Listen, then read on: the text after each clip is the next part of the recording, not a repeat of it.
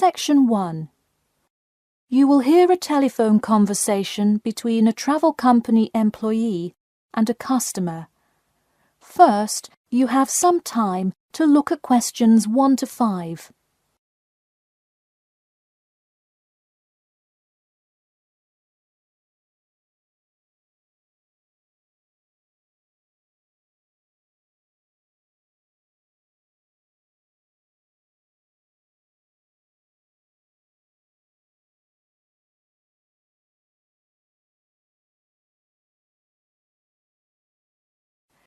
You will see that there is an example which has been done for you.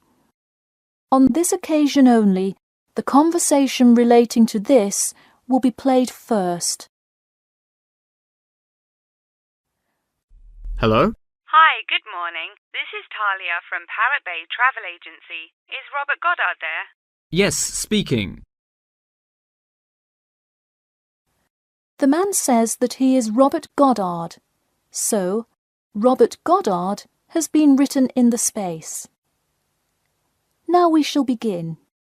You should answer the questions as you listen, because you will not hear the recording a second time. Listen carefully and answer questions 1 to 5. Hello? Hi, good morning. This is Talia from Parrot Bay Travel Agency. Is Robert Goddard there? Yes, speaking. I'm so sorry that I made such an early phone call, and I'm calling to ask a few questions about your most recent vacation. Could I have 5 minutes of your time? Sure thing. Great, thanks. Now, I see here that you visited Melbourne. Was this your first visit to Melbourne? No, I have actually been there twice before. I see. Now, what would you say was your favourite part about Melbourne? Well, I did like seeing the exotic wildlife, and there are great sights to see, but I have to say I was most impressed by the amazing weather. Yeah, the weather there is amazing. Which of the sites listed as part of our official tour did you see? And of those, which was your favourite? First I saw the theatre, which was beautifully designed. It was not nearly as cool as the town hall, though. The building is a huge part of Melbourne's history. Definitely my favourite. I saw the aquarium too, but wasn't too impressed. I see. Yes, people often have great reviews of Town Hall. Now, I would like to ask you about your dining experience. Did you enjoy the food there? Absolutely, I loved it. I'm glad to hear it. Could you tell me a little bit about what you most enjoyed about the food? Being such an international city, I loved the variety. I could find any type of food I wanted, whether I wanted seafood, burgers, or anything else. You name it, and they had it. Did you drive to Melbourne? No, I flew. I thought about going by train, but in the interest of time, I decided to go by plane. Right, I see. Before you hear the rest of the conversation, you have some time to look at questions 6 to 10.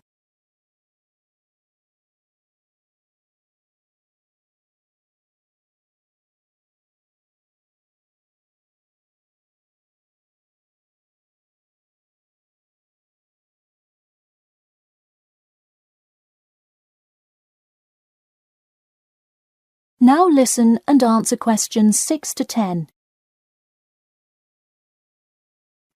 And would you mind telling me whether you are under 20, between the ages of 20 and 40, or older than 40? It would be nice if I was still under 20. My vacation probably would have been quite different. Actually, though, I just turned 41 last week. Oh, happy birthday. So, did you treat yourself and fly first class?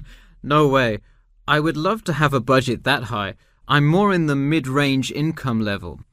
I wasn't always, though. I spent much of my life in a low-income household. I see. That answers my next question then, of income level. And what was the purpose of this visit? I had to go there on business a lot before and decided I would go there for tourism this time. I see. And what is your occupation? I am mainly a computer programmer.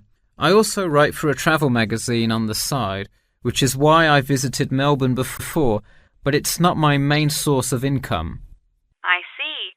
Wow, it sounds like you work a lot. Yes, I am very busy, which is exactly why I took a nice week-long vacation to Melbourne. I completely agree. Would you care to comment on your accommodation? My hotel was a good value. Staying in the city can get really expensive, so it was nice to find such a good price for the location and quality. I'm glad I didn't end up in some cheap motel in the middle of nowhere. I'm glad you didn't either. Well, thank you for taking part in our survey, and I'm glad you enjoyed your vacation. No problem. Take care. That is the end of section 1. You now have half a minute to check your answers.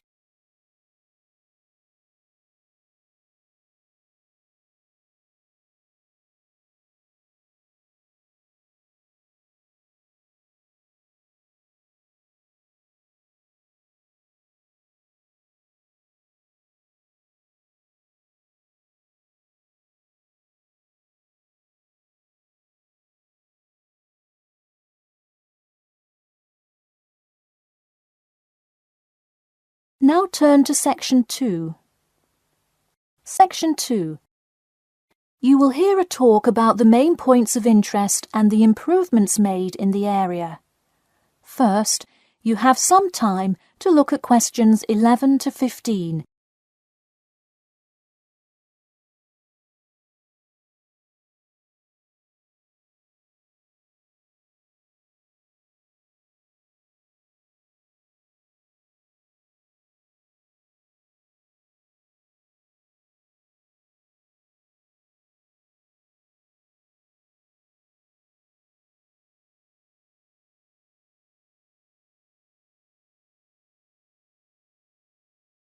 Now listen carefully and answer questions 11 to 15.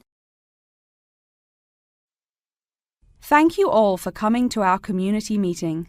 As you know, we're excited to unveil our improvement plan as we look forward to the influx of tourists in the summer months.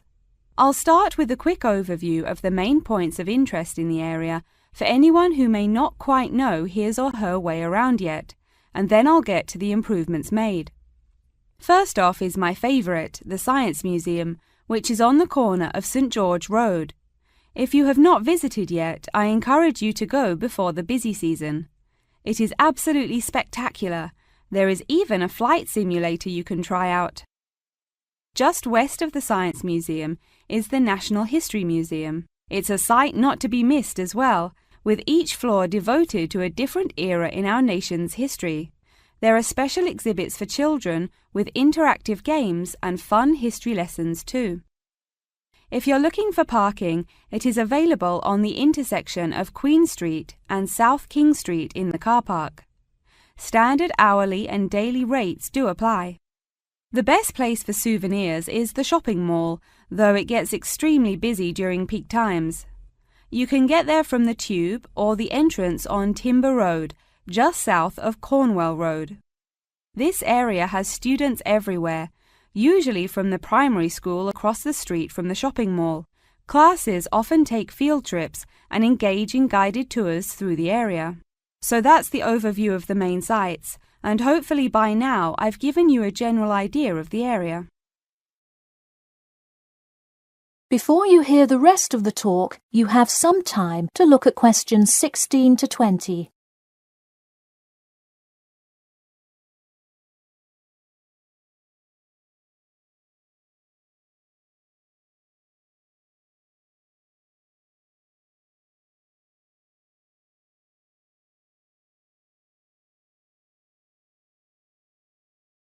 Now listen and answer questions 16 to 20. Now I'm going to outline the improvements we have made in our efforts to make the experience even better for each and every one of our visitors. You probably noticed when you first drove into the car park this morning that there is now additional signage to help avoid confusion. The directions were not entirely clear at first, so we have increased the number of one-way signs indicating the correct direction of traffic flow. Not far from there, in line with our mission of giving back to the community, we constructed a brand new playground for the primary school. It is really something to be excited for.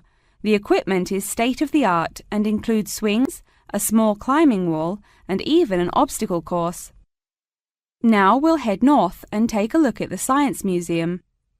In response to our feedback from past visitors to the museum, there is now free information available outlining not only upcoming IMAX showings, but also natural wonders like meteor showers, eclipses, and other cool natural events.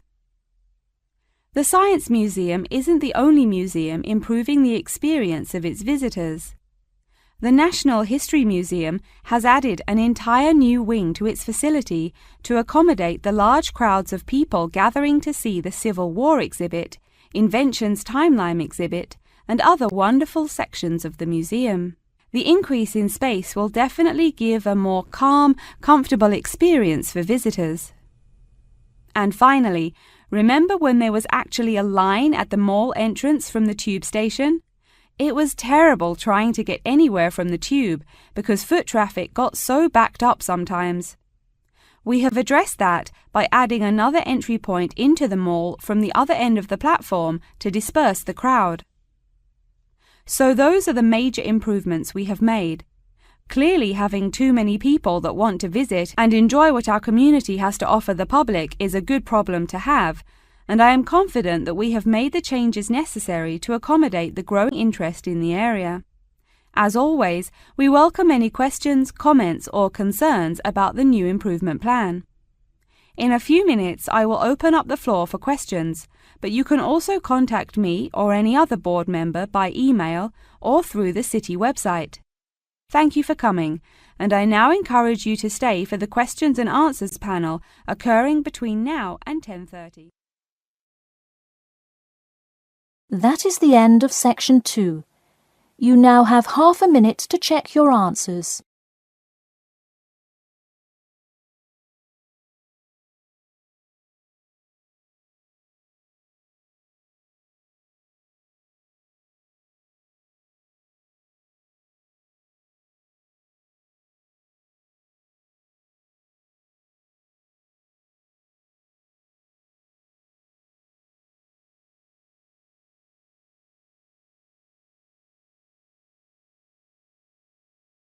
Now turn to section 3. Section 3. You will hear two students called Jane and Mark talking to their tutor about the project assignments for their senior thesis. First, you have some time to look at questions 21 to 23.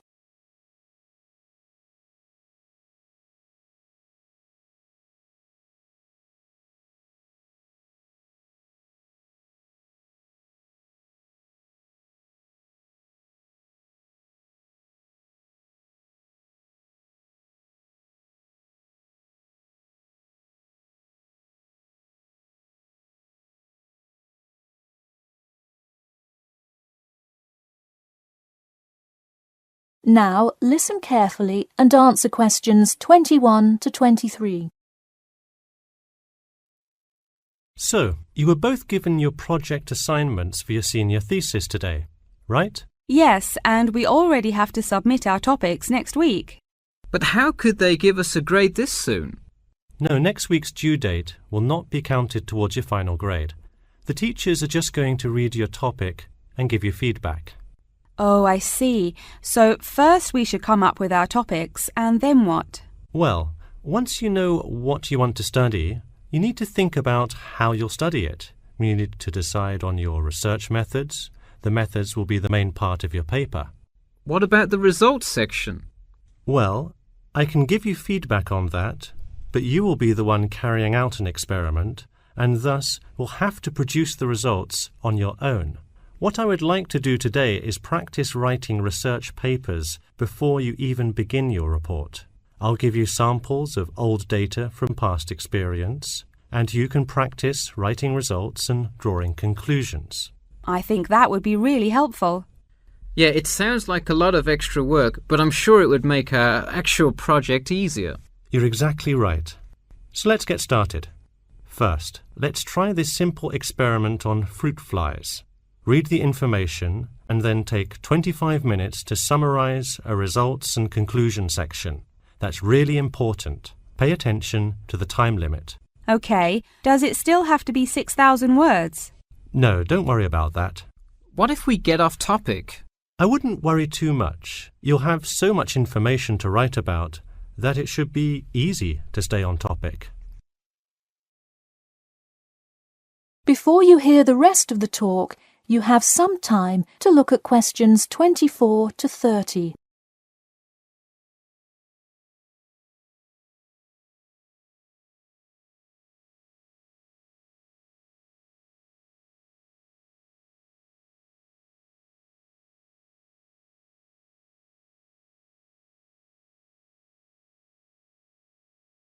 Now listen carefully and answer questions 24 to 30. But what about other sources? Well, for this assignment, you can use the one from your textbook. In your actual paper, you should find old experiments that support your topic. So do we need to find different types of sources? For instance, should I be conducting lots of interviews to use in my paper? No, there's no need to conduct lots of interviews or anything like that. Okay, I'm ready to get started. I'm still a little confused, though, on how we should format our paper. Don't worry about it for now, but on your final paper, make sure to pay attention to the format. It should follow the guidelines exactly. Oh man, I'm starting to understand why they give us all semester to do this. Are there any other small details like that we should know about? Not a whole lot. Make sure you provide 2 copies. One for your teacher, of course, but one for yourself as well. And of course, you know the due date, right? It's April the 11th, right? What? No, it's May 11th, right? Yes. The due date is May 11. Write it down. Oh wow, yeah, I need to note it. Also, I'm having trouble finding information on my topic. What if I can't find enough good sources? It's all right to change your topic. Just make sure to do it before the beginning of April. Oh really? Wow, I'm definitely going to change it then.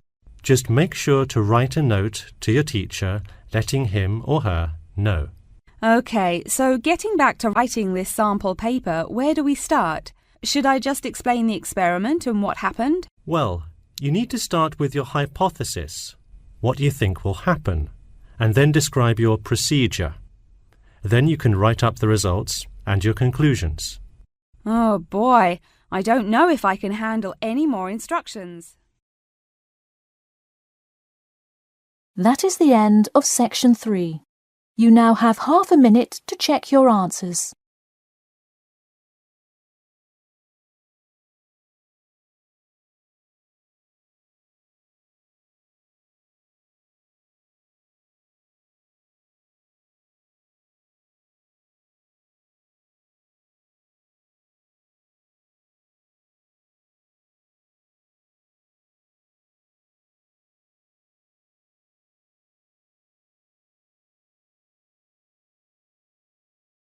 Now turn to section 4. Section 4. You will hear part of a lecture about factors you should consider when creating advertising materials and the effects they can have on your product sales. First, you have some time to look at questions 31 to 40.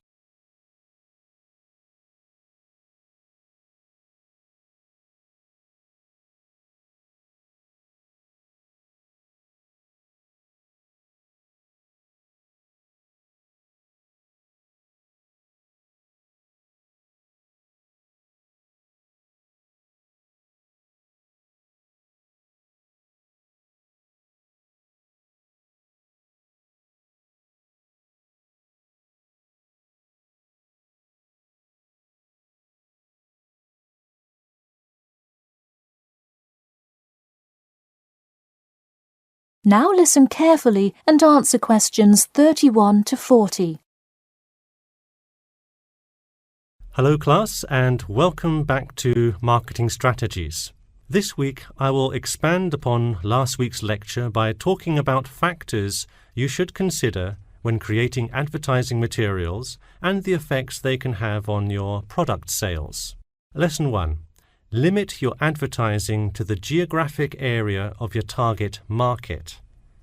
Though you may have a product that people want in a large area, the distance that customers are willing to travel is a significant factor in their choice of where to purchase that product.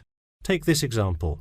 If you're really hungry and decide you want a burrito, would you choose the restaurant that is a block from your apartment, or the one that is just as good, or even slightly better, across town? Of course, you'd pick the closer restaurant. Next, there's the method of communication to your target market. How do you decide among radio ads, TV commercials, flyers, or even word of mouth? While we often think of the visual presentation of ads, there's much more to advertising than the look. Studies show that consumers are much more likely to remember advertising slogans if there's also a sound plate. Did you know that your sense of smell is closely linked with memory? Think about Mandy's candy store up the road. Every time you walk past it, you can just smell the chocolate, right? I bet you can almost smell it now. Just mentioning the name brings about the smell memory and, in turn, a chocolate craving. What better way to sell chocolate bars? Obviously, sometimes appealing to the senses isn't the most practical way to advertise. For example, it's a good idea to come up with a marketing strategy that adapts to the product, especially digital products.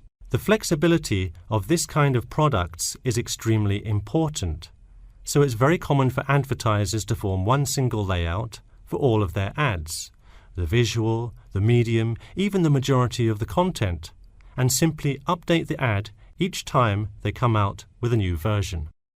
Remember, advertising is all about stirring up the right feeling in your potential customers, whether by stimulating the senses, appealing to the intellect, and so on. Once the customer experiences the ad, the important thing is his or her reaction. Someone could love the ad you made, but unless he or she considers buying the product, you've failed to get the reaction you were looking for.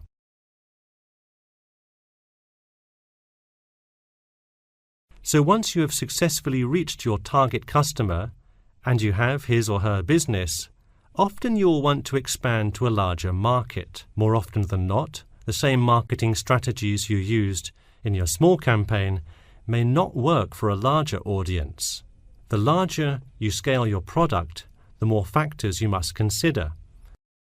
For instance, Apple operates worldwide, so they must tailor their advertising for each market they enter. Often you'll see Apple ads on international flights that appear not only in English, which is the lingua franca of most regions, but also in the native languages of the majority of passengers. I travelled to Russia last week, and it was really interesting to see the same Nike ad that I've seen 100 times, except this time it was in Russian. Okay, going back to the medium of the advertisement, even after choosing to create print ads instead of radio announcements, television commercials, etc., there is more to consider. If you print your ad in a newspaper, it will be read by a far different audience than if you print your ad in a popular magazine. Would you put an ad for the new Justin Bieber album in a newspaper? Probably not, because that product is most suitable for youths.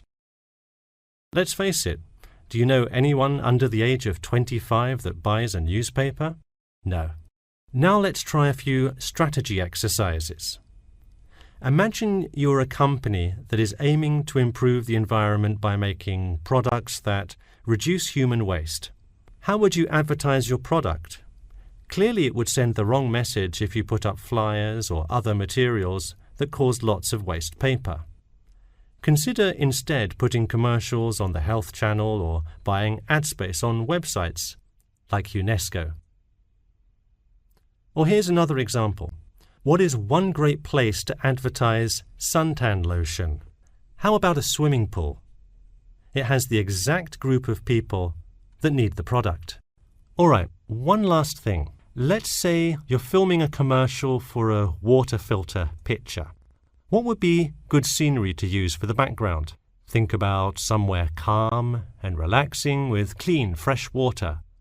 Can't you see how much more effective a commercial with the beautiful scenery and flowing rivers of a national park would be than, say, water dripping from a tap? So to wrap things up today, think about the geography of your target market, the type of marketing material you should use, and the most effective way to appeal to the customer in order to make a successful ad campaign. That is all I have for you today. Make sure to read through Chapter 8 for Monday if you have not done so already. Okay, now I'd be happy to answer any questions you may have. That is the end of section 4. You now have half a minute to check your answers.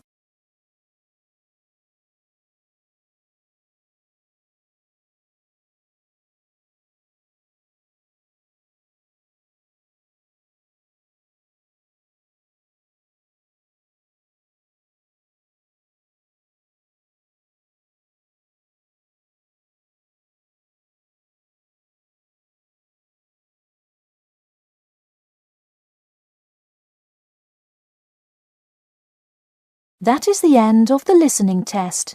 In the Ielts test, you will now have 10 minutes to transfer your answers to an answer sheet.